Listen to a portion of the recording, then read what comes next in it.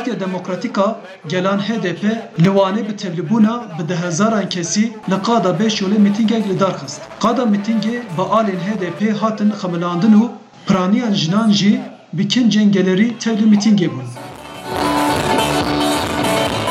Di destpêka mîtîngê de berbijara HDP ya hevşaradariya bajarê mezin a Wanê Bediya Özgökçe Ertan da axiftina xwe da balkişan li ser hewildanên Tifaka Erdogan. 31 Mart Tansu Çiller'i Em roja 31 Adarê bersiva Tayyip Erdogan bidin ku Tansu Çiller û Mehmet Agar wekî mîvanên qedirgiran pêşwazî kiriye. Tansu Çiller û Mehmet Agar berpirsyarên gundê meyên hatine şewtandin û kuştinên kiryar nediyarin.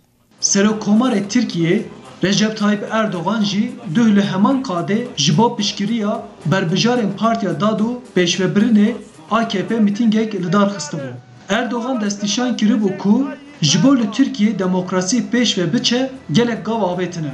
Ülkemiz demokrasisini yasaklardan Me demokrasiya welatê xwe ji gevaş û zulm û qedexiyan rizgar kir. Îro eger bêjin li Tirkiye maf têne asankirin, ev ne rast e.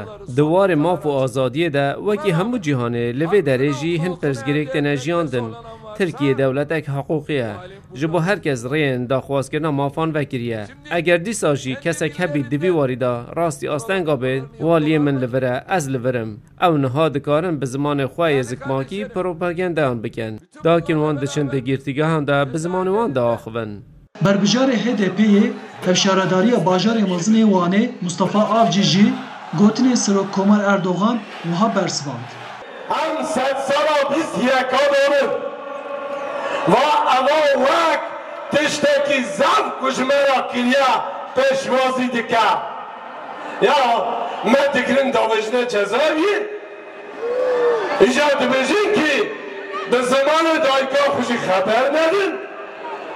Eger ku we xeber dawe jî xêra me ye. Eva zulm e, zulm. Mijarek sereke jî ku di mîtînga HDP da hate bilêvkirin grevên birçîbûnê bûn. Parlamentera HDP Feleknaz Uca jî di vê mijarê da sedema berdewamkirina tecrîda li ser rêberê PKK Abdullah Öcalan wiha rêz kir. ji ber ku